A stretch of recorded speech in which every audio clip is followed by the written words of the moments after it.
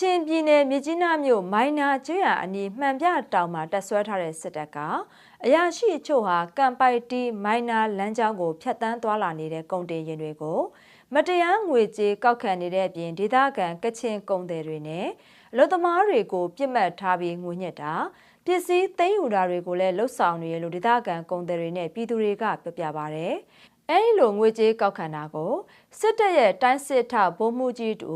ဗိုလ်ကြီးစံထက်စော်ခေါ်ပိုးဆန်နဲ့အမှတ်901တပ်ကဗိုလ်မှူးစိုးမြင့်အောင်တို့ပူးပေါင်းလှုပ်ဆောင်နေတာဖြစ်ပြီးအခုလိုမတရားငွေကောက်ခံနေတာဟာ6လနီးပါးရှိပြီလို့လည်းသိရပါတယ်။လက်ရှိမှာတော့ကမ်ပိုက်တီမိုင်းနာလမ်းကိုအသုံးပြုတယ်။ဘီလက်မြေတင်ကားတစ်စီးကိုငွေကျပ်390စီပေါစာကားတစ်စီးကိုငွေကျပ်300နဲ့တခြားကုန်တင်ကားတွေကိုလည်းတစ်စီးကိုငွေကျပ်30ကနေ30အထိအတင်းကျပ်ကောက်ခံနေတာလည်းဖြစ်ပါတယ်။အဲ့ဒါအပြင်စစ်တပ်ဟာဗမာကုန်သည်တွေကိုတော့ငွေကြေးရှော့ပေါ့ကောက်ခံတာတွေရှိပေမဲ့လည်းကချင်တိုင်းသားကုန်သည်တွေကိုတော့သတ်မှတ်ထားတဲ့ပမာဏထက်ပိုမိုတောင်းယူနေလေရှိပြီးလူမျိုးလိုက်ခွဲခြားဆက်ဆံတာတွေလည်းရှိနေရလို့လည်းဒေသခံတွေကပြောပြပါဗျ။ဗိုလ်ကြီးစံထက်စောကတော့မှန်ပြတောင်ကျေးမှာကိုယ်တိုင်ထိုင်ပြီးငွေကြေးကောက်ခံနေတာဖြစ်လို့ဗိုလ်မှူးစိုးမြင့်အောင်ကလည်းငှက်ပြောစိုက်ခင်းတွေအနီးမှာဒေသခံတွေရဲ့ဆိုလာပြားတွေ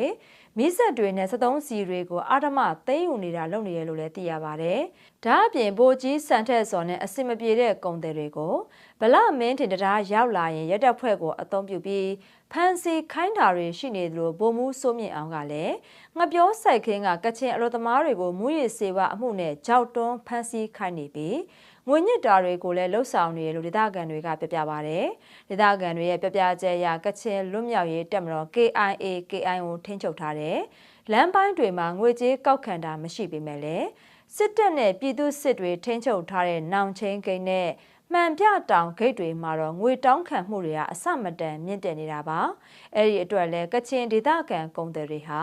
အရင်နီးဆုံးရှုံးလာပြီးလုပ်ငန်းတချို့ကိုရပ်ဆိုင်းထားရတဲ့အခြေအနေအထိရောက်ရှိနေရလို့လည်းသိရှိရပါတယ်ဒေသခံကချင်တိုင်းသားတွေဟာလည်းသူတို့အပေါ်ကျူးလွန်နေတဲ့ငွေညှစ်မှုတွေပစ္စည်းအဓမ္မသိမ်းယူမှုတွေနဲ့လူမျိုးရေးခွဲခြားဆက်ဆံမှုတွေကိုအမြန်ဆုံးရပ်တန့်ပေးဖို့ကိုလည်းတောင်းဆိုထားကြပါတယ်။ဒီဖြစ်စဉ်နဲ့ပတ်သက်ပြီးဗက်မလိုက်အဖွဲ့အစည်းတွေဘာသာရေးအဖွဲ့အစည်းတွေနဲ့နိုင်ငံတကာကချင်အဖွဲ့အစည်းတွေထံကိုလည်းတိုင်ကြားစာတွေပေးပို့သွားမယ်လို့လည်းဒေသခံကုန်သည်တွေကပြောပါတယ်ရှင်။